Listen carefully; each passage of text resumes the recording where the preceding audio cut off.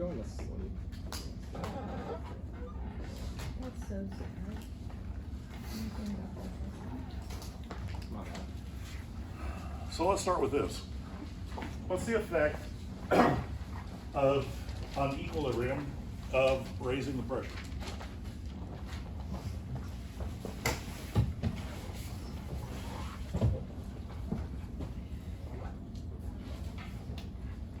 Say it one more time. What's the effect of the equilibrium of this reaction on raising the pressure? All right, you want to give it a shot? What you got? Remember Le Chatelier's principle? What does Le Chatelier's principle say? A reaction under stress moves to relieve the stress. Okay, so I just put it under stress. I raise the pressure. How am I going to relieve that pressure? How am I going to relieve that stress? I want to go towards the side with fewer moles of gas because I'm lowering the pressure, right? It's a product. So, so I raise the pressure in the container. Which way is the reaction going to shift? Towards products.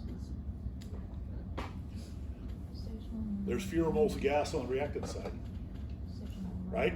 1 + 1 versus 1. Okay. Yeah. So it'll shift the reactants.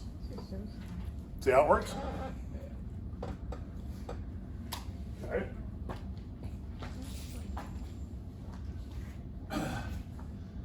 Let's take that same reaction. What's the effect of equilibrium if we do it in a container where the hydrogen can escape as soon as it forms? What's going to happen to the reaction if you're in a container that has holes in it where hydrogen can escape from the thing, but sulfur's too big? What's going to happen to the equilibrium now? The Chalier's principle again. What's going to happen? It's gonna go from H2 and What would water do? Reactants and products. H. What am I doing to the hydrogen? You're losing product. Yeah. I'm losing products. Yeah. Which way is the reaction going to go? It's going to shift towards products, right? Yeah.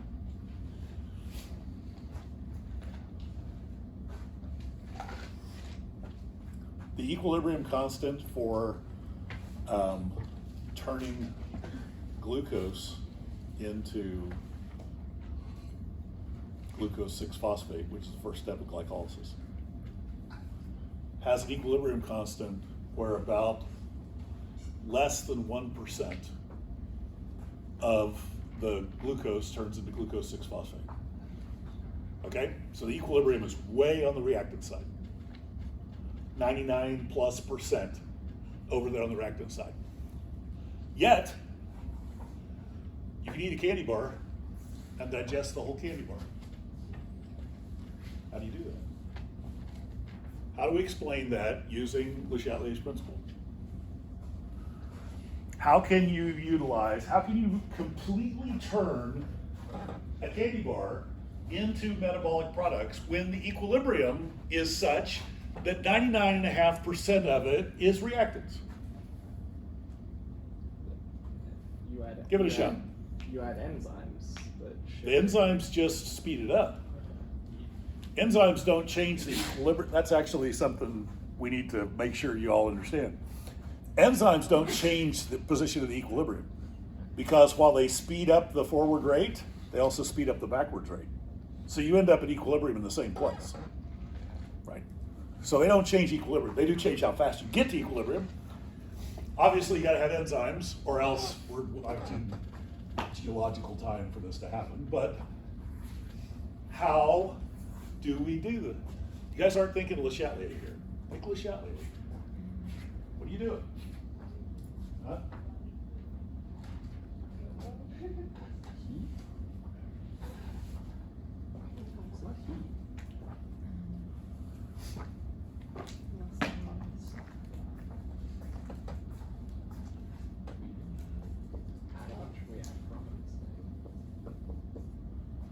Okay? 99% this, 1% that. Yeah, I'm going to use all 100% of that. How can I do that and obey the rules of equilibrium? Yeah. I could heat it up. That would actually speed up the reaction. Well, it may change it. I can't remember whether the reaction's endo or exothermic, so I don't know whether or not it would actually make it better or worse. But it's kind of irrelevant, because if I say I can make this work by having your internal temperature be 200 degrees Celsius, we still haven't. We've solved one problem but created a bigger problem. You know, right? Okay. So so while that might actually shift the equilibrium, It also might shift their life. no, there's an easy way of doing it. Add products. Remove products. Oh, It'll only do 0.5%. Never let it get to 0.5%. Keep removing the glucose 6-phosphate as soon as it forms, i.e. a metabolic cycle, right? It goes to the next step in metabolism and goes and does something else. So you never hit equilibrium. I mean, that's the reason why we eat chicken eggs. I know that seems like a non sequitur, but chickens are indeterminate layers. They lay eggs till they get to 13. So you never let them get to 13. And they lay eggs all year trying to get to 13, because chickens aren't very smart. So that's what you do here. You never let it get to 0.5%. You keep pulling it out. You keep saying, oh, I'm trying to get to 0.5%. Sorry, not there yet. Keep going. And eventually you run out of reactant.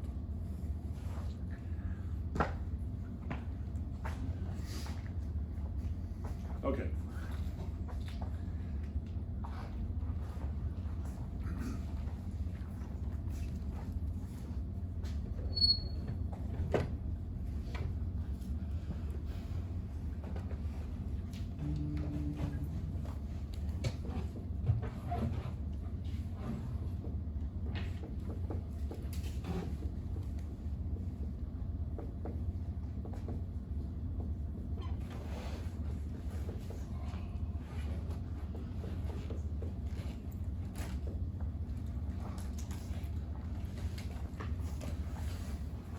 What's going to be the effect on equilibrium of removing the barium sulfate as soon as it forms? the reaction. Huh? Yeah, that's it. Yeah. Won't have any effect, will it? Yeah. Because barium sulfate's not in the equilibrium expression. So you can't just say I'm removing a product and therefore it doesn't. I'm removing a product that's in the equilibrium expression. Right? That makes sense. What would happen if I removed HCl? What would happen to the reaction? Would shift towards products. You see it would shift to products? What if I remove barium chloride? Shift towards reactants. That would shift to reactants. Right? See how it works? Yeah. Okay.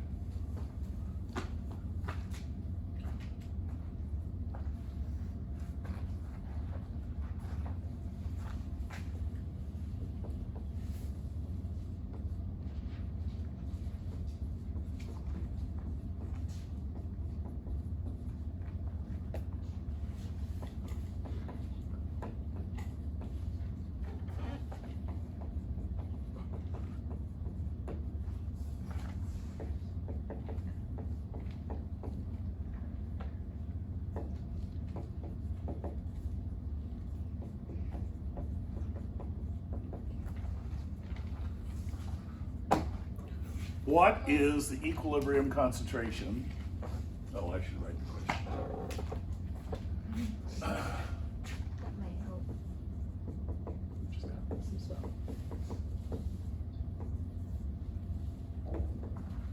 What's the equilibrium concentration of hydrogen gas in that container? That's hot.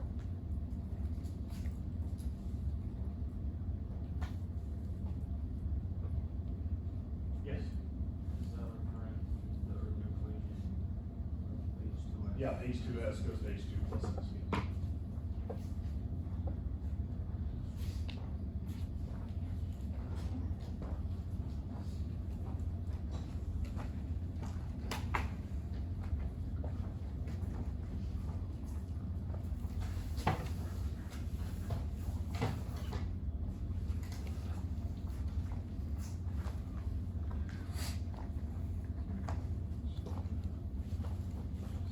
So first things first, what state of matter is H2S in? Gas. So what's it going to be measuring? Atmospheres.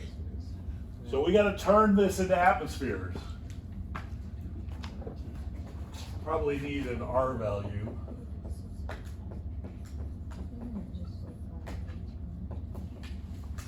Okay. That might be helpful. How are we going to go from moles of gas to atmospheres of gas? PV equals nRT? Yeah.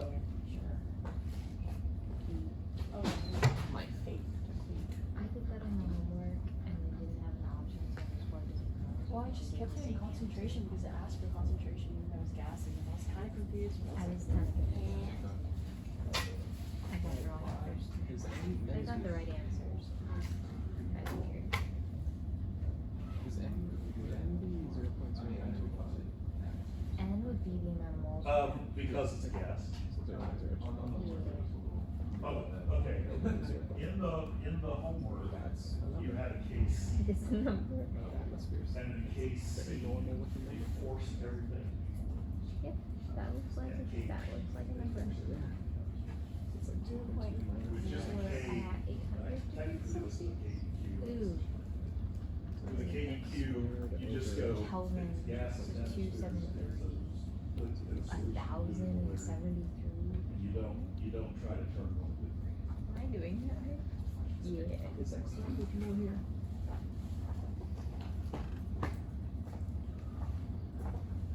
You made a good point back here, especially since you guys have been doing equilibrium problems in the homework. Kc is when you make everything a molarity. Kp is where you make everything in atmospheres. Keq says, screw it, if it's a gas, make it in atmospheres. If it's a liquid, you make it a molarity, and you don't try to, you just use them the way they're supposed to be.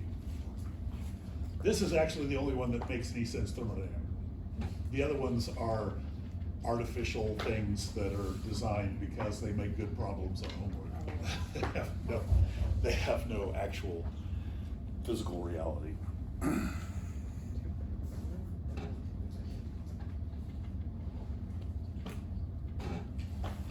Have we got a pressure?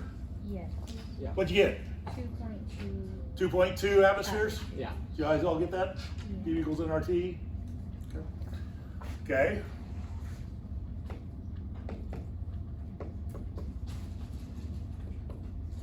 How much H2 and S do I start with? Before I react them together, how much H2 and S do I have there? 0. 0. Okay. How much of that's going to go away? X. And how much of this is going to form? X.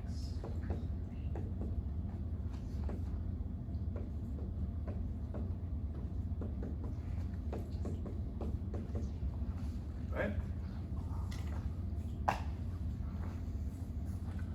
So my equilibrium constant is 1.67 times 10 to the minus 7th, which is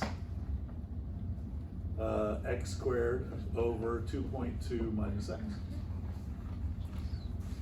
Products over reactants, right? Yeah. So, do you remember the shortcut I told you we can sometimes do? Let's try dropping this. So if x is really small relative to 2.2, I know Stroh's one of the 5% people, which I totally expected because he's a physical chemist and they love math. So I'm sure that's probably why. So if x is less than is a lot less than 2.2,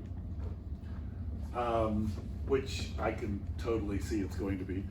So what do we get for x? Small number. Give me a second.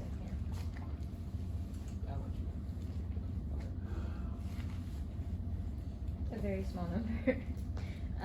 6.06 times e to the times 10 to the -4. I concur. Yeah. 6.6, you said? 6.06 times 10. 6.1. Yeah. So 6.1 times 10 to the -4? Yeah. Sure, works for me. Okay, last thing you gotta check.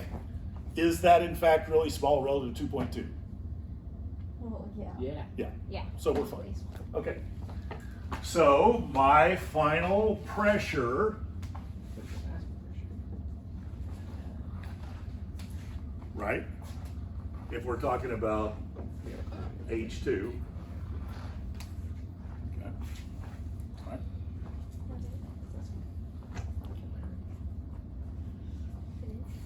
Let's think about that for a second. Oh my God. Does that number, I mean, obviously the algebra works, but think about what 1.67 times 10 to the -7th means. If you have a K that's 1.67 times 10 to the -7th, what is that telling you about the reaction? Basically doesn't happen, or it's very close to reaction. Yeah, very little of it goes to product, right? Because products over reactants is a really small number. And so the bigger K is, the more it goes to products, right? Products over reactants. So when you saw that reaction like you saw on the homework assignment that was supposed to be Wednesday, where it said K was equal to 340. Wow, that's a reaction that really goes towards products. On the other hand, you see one that says 1.67 times to the -7th, it's like, yeah, it doesn't really go to products very much.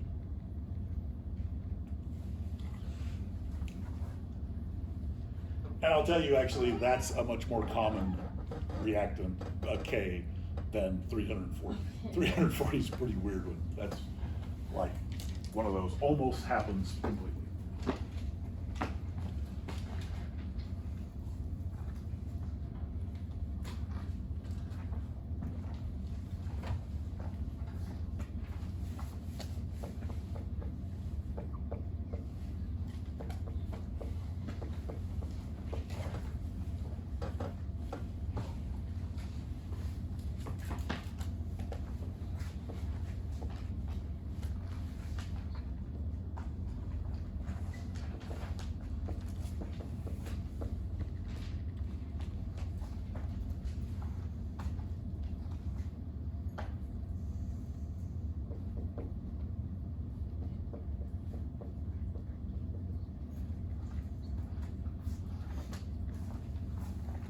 What's the final pressure of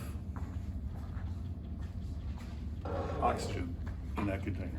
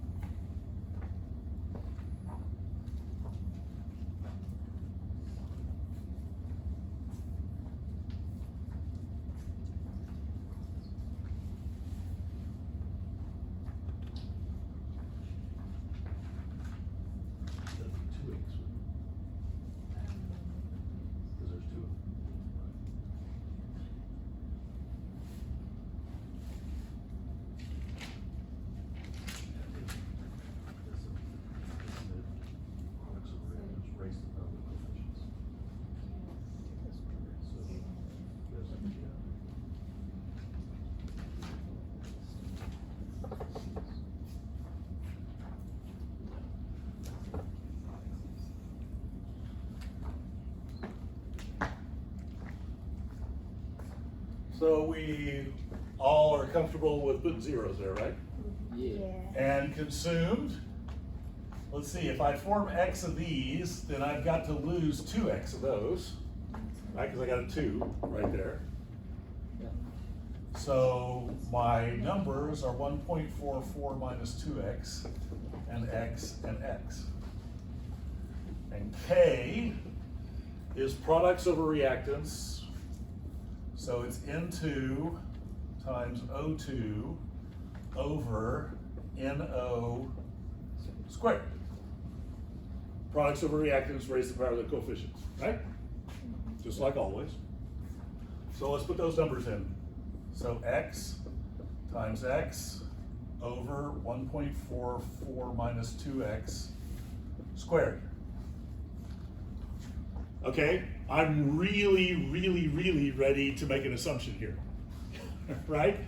Let's assume if 2X is really small relative to 1.44, oh, please, let's hope it is, then I can drop That that. would be hell. I would go into hell.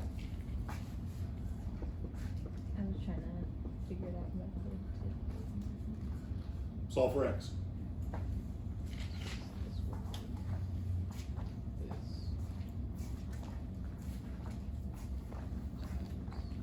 squared. That's pretty cool.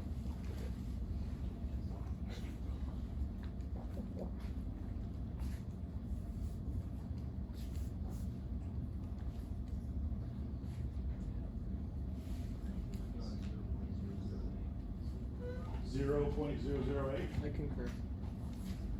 which would be 8 times 10 to the minus third. Yeah. Anybody else? You got 8 times 10 to the minus third too? Yeah. 8 times 10 to the minus third. Okay. I'll go with that.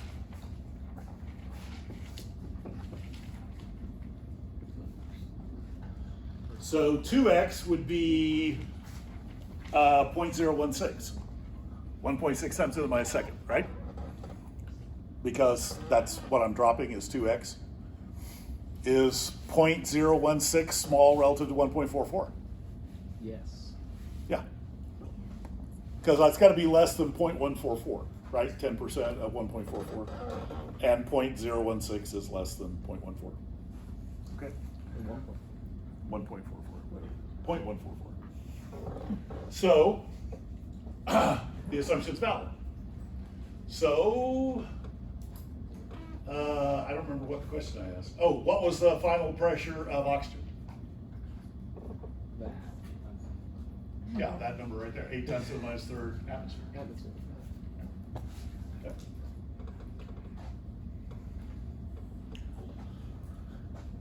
What's the final pressure of NO2? The same. Okay, now. Or sorry, NO. And, you used, Pretty much 1.44. You know, NO, fun fact about NO. NO is actually a neurotransmitter. It actually is involved in vasodilation. It actually is emitted by your body as vasodilation. That's also what is affected by Viagra. It changes the NO concentration, allowing for certain reproductive functions to be more effective than they would normally be. Okay, so, all right, so NO. 1.42. 1.42. So it's going to be 1.44 minus 2 times this number right here, right? So it's going to be like 1.42. Yeah. Okay. Okay.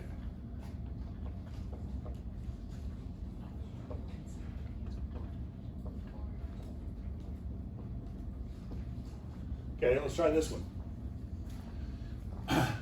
This is a classic reaction. This is the one. You guys remember when you dissolved the dime in the lab and you got all that brown smoke, that reddish brown smoke? Those of you that are first semester freshmen haven't seen that yet, I guess. No, you have. If you're, oh no, because you skipped Chem 1, right? Because you're here in Chem 2. Okay, so for those of you who had Chem 1 here, Chem 1 lab here, we dissolved the dime and you got this reddish brown smoke that came off it. Okay? The reddish brown smoke is N2O4. But if you take a look at the electrochemistry, the half reaction for nitrate breaking down, it breaks into NO2. So when the copper penny is actually eaten up, it actually turns into NO2. But NO2 almost immediately dimerizes to form this, which is the reddish brown haze that's the pollution, air pollution in most large cities. If you take a look at from the hill at Sepulpa, if you look at Tulsa's skyline in August on a still day, you'll see that reddish brown haze over the town. And of course, any of you who've been to Los Angeles, you can't avoid it. It's always there. I've also seen it in New Jersey and places like that also. Mexico City. Pick your town, it's probably there. Okay, so here's my question.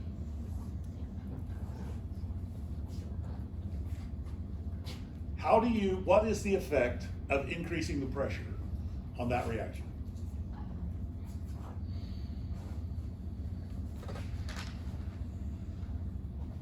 I increase pressure. Wouldn't it shift towards NO2? What's going to be the effect? Oh, right. Which way is it going to shift if I increase pressure? N2O4. It's going to shift towards the N2O4, right? Yeah. It's going from 2 moles of gas to 1 mole of gas.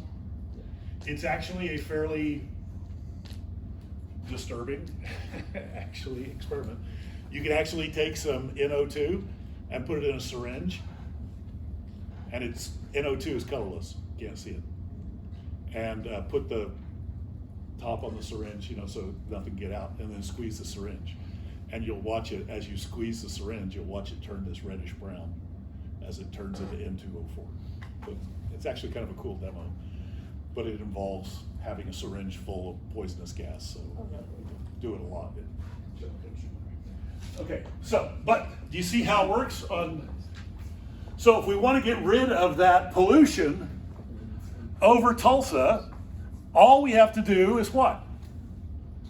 How do I get rid of that N2O4 pollution over Tulsa?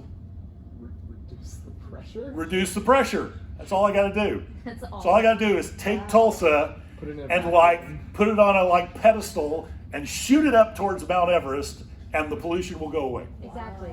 Just build mountains. Huh? Just build mountains. Move Build them in. mountains. There you Just I go. feel like move that them would in. produce a good amount of pollution. That's ridiculous. That assumes that we don't have to use diesel engines to raise it up to Mount Everest. Yeah. Yeah, it All just right. happens. That's You kind of fine. see how equilibrium works? It all comes down to basically to Le Chatelier's principle. Which way does it go? How does it shift? That's explained by Le Chatelier. The rest of it is explained by these, this is what I started with, this is what went away, this is what I got left, and then put it in the equilibrium formula. Okay? So, it's time to start talking about variations, applications of equilibrium to other systems. So this is nothing I talk about for the rest of the semester is going to change anything we just talked about. Okay? It's just going to be applied to this system. Okay? So just keep that in mind. Okay. So the first thing we're going to talk about is acids and bases.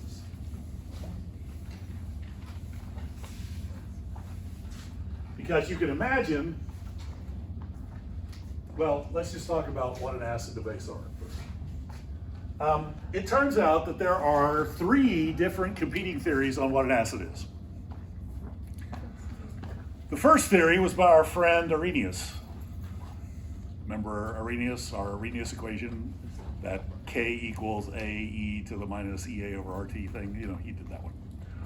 Arrhenius came up with the first one, and he said, and this was like in 1880, he said, now realize it's 1880, which means that we just started to figure out that there are atoms, and atoms have electrons and stuff like that. I mean, the periodic table has only been around for a decade at that point, so. Anyway, and Arrhenius, he said an acid is something that donates a hydrogen atom, and a base donates a hydroxide. That seems pretty straightforward these days. That was pretty revolutionary in 1880, but whatever, you know, it's been 150 years, so I guess it's okay that things are now, you know, those of you that are more English major-y types, you know, when Anne Radcliffe wrote The Italian, people were like, oh my gosh, this is so amazing. It is so scary and all that kind of stuff. And now it's been copied like 50 million times. And so you read the first 10 pages and you're like, I know how this is going to end because you've seen it forever. Same thing here with acids and bases. Okay, so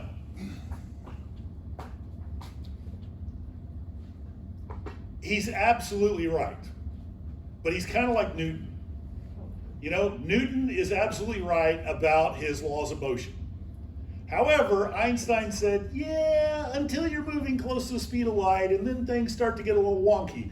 But how many of us actually pull out relativity when we're talking about throwing a baseball? You know, you just don't. Because all of us, I'm fairly comfortable, can't throw a baseball at relativistic speeds. Because if we could, we'd be making millions in the major leagues right now, right? Okay. I feel like Kill you'd be someone with banned, it. yeah. It'll probably be banned. We'd probably kill our catcher is what we do. Yeah. Okay, but anyway, so That's the speed. everybody still agrees anything that meets these is absolutely an acid. This is what's called, these are oftentimes called the classical acids. And they're also, I guess, classical bases. So you can imagine HCl, NaOH, you know, guys like that. And nobody's going to deny that those are acids and bases. That's fine. But shortly after he came up with his theory, people started to notice that it didn't cover everything. It was, yes, it's true, but it's not sufficiently true. There's stuff that's not covered. Like, for example, ammonia. I mean, we know from just cleaning floors for the last 2,000 years, ammonia is a base. Well, where's the OH? There's no OH in that. How can it possibly be a base? And as a matter of fact, if you go take a look at some of the older bottles of ammonia, it'll actually won't say ammonia because ammonia is actually a gas. It'll actually say ammonium hydroxide because now it fits the pattern and it would now have an OH. Well, how do you turn this into this? Well, it's Water. right? Yeah. Can you see now I have an N, 5 H's and an O, right? And so people who really were insisting on sticking with Arrhenius, the classical definition of acids, said, that's not really ammonia, it's really ammonium hydroxide.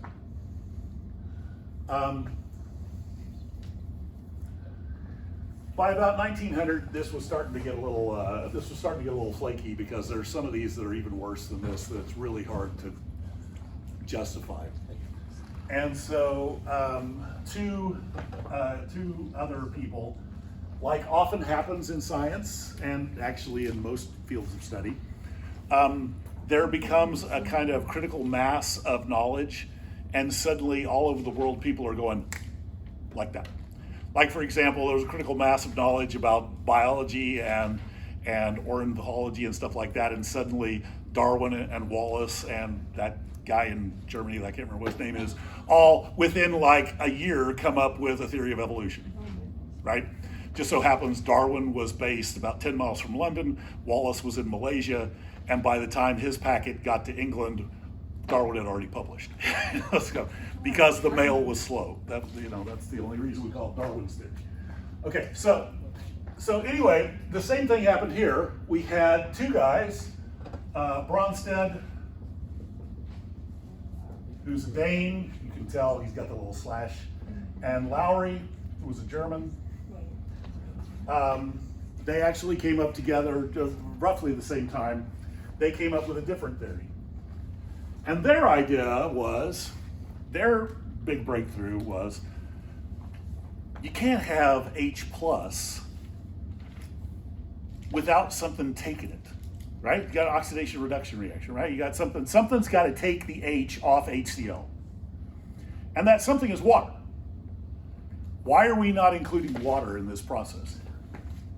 And so their idea was, they said an acid is a proton donor. Now, what the heck is a proton? Think about that for a second. H plus. How many protons does H plus have? One. How many electrons does it have? 0. 0, because it's got a plus. Yeah. Oh, so a proton donor means a hydrogen atom. But it sounds cooler if you say proton, right? Okay. Okay, so an acid is a proton donor, but they said a base is a proton acceptor.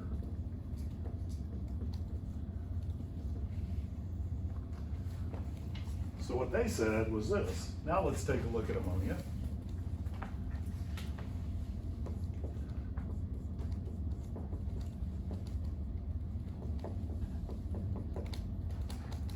So let's look at it that way.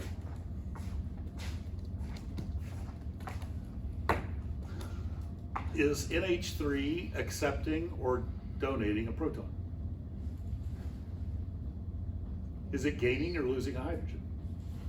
It's gaining one, right? Going from NH3 to NH4, right? Yeah. So that proton acceptor is a base. Well, what's happening to water? It's an acid. It's giving up a proton. It's giving up a proton, right? Which means it's a proton donor, which makes it a Acid. acid.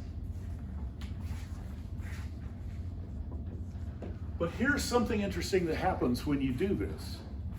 Look at the products. What about OH? If I go backwards, what's OH now?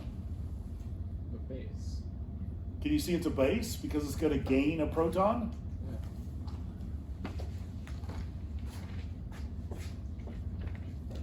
And this is an acid because it's going to give up a proton. In other words, both sides of the reaction have an acid and a base.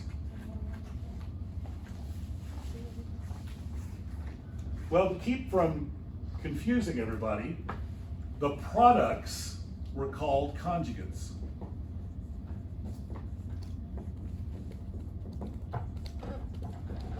And so if you have a base in the product, it's a conjugate base. If you have an acid in the product, it's called conjugate acid. Notice the two are linked. The base and the conjugate acid go together. Right? One way it gains a proton, one way it loses a proton.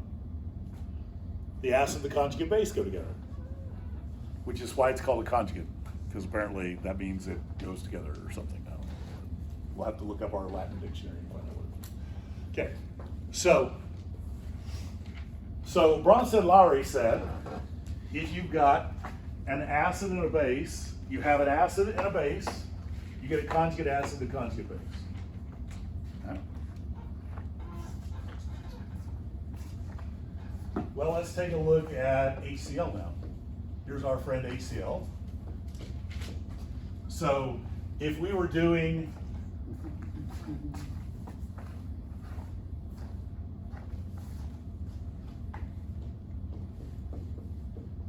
Bronsted-Lowry, Arrhenius terminology, we would say that. That's how Arrhenius would write it. And when I get lazy, that's the way I write it too, because it's quicker. But according to Bronsted-Lowry, that doesn't make any sense because it's aqueous, but we're forgetting the water. We're not actually, the water is not just sitting there, it's actually doing something. And so this is Arrhenius. But Bronsted-Lowry said, no. You got to do this. So where's the H plus going? Who's getting the H plus? We know this guy's got to lose H, right? Yeah. Where's it going? How is it losing? And you can't just lose H, okay? Somebody's got to take it. Who's taking it? The water. Water's the only thing there. It's got to be the water, right? Carbohydrate. And so you end up with this.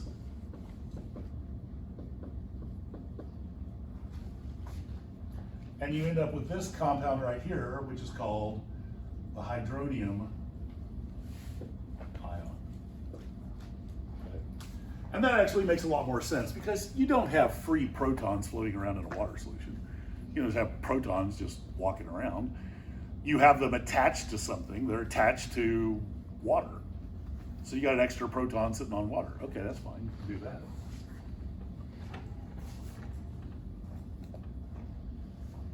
Here was the early proof. If you have HCl, we know HCl is an acid, right? But it's actually not when it's in gaseous form. It does not act like an acid if it's a gas. It only acts like an acid if it comes in contact with water. For HCl to be acidic, it has to have water there, which is actually why they transport HCl as a gas on the rail cars when they're going to Houston. Well, one reason. The other reason is because it saves on shipping costs. But, you know, it's not an acid anymore.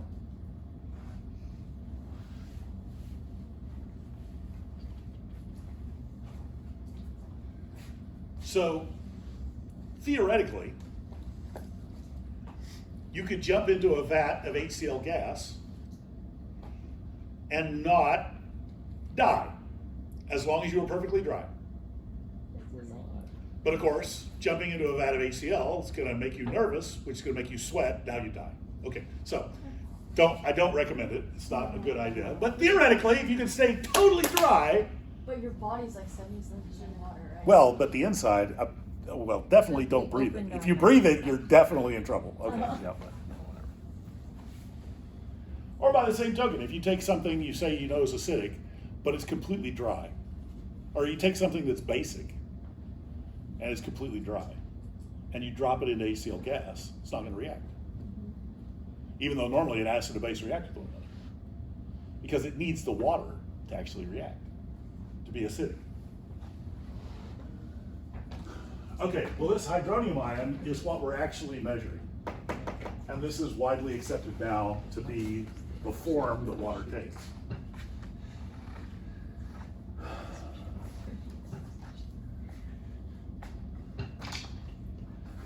So here's something that you run into.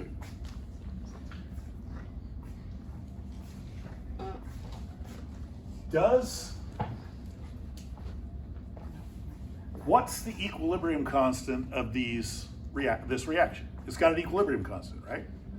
Because it would be, what would K be for this reaction right here? What would it be in terms of the chemicals?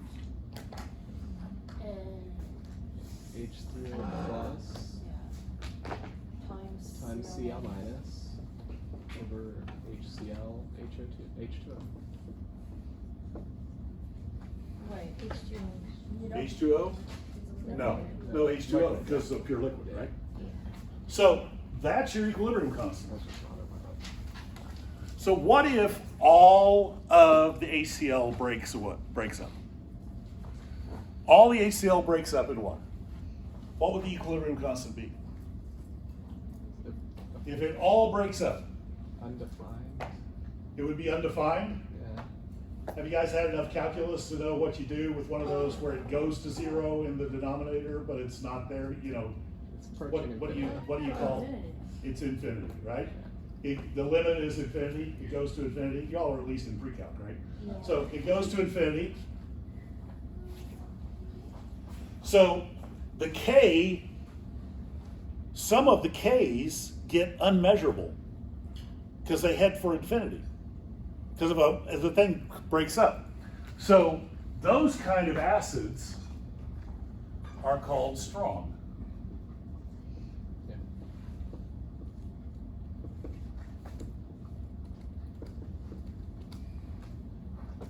Okay.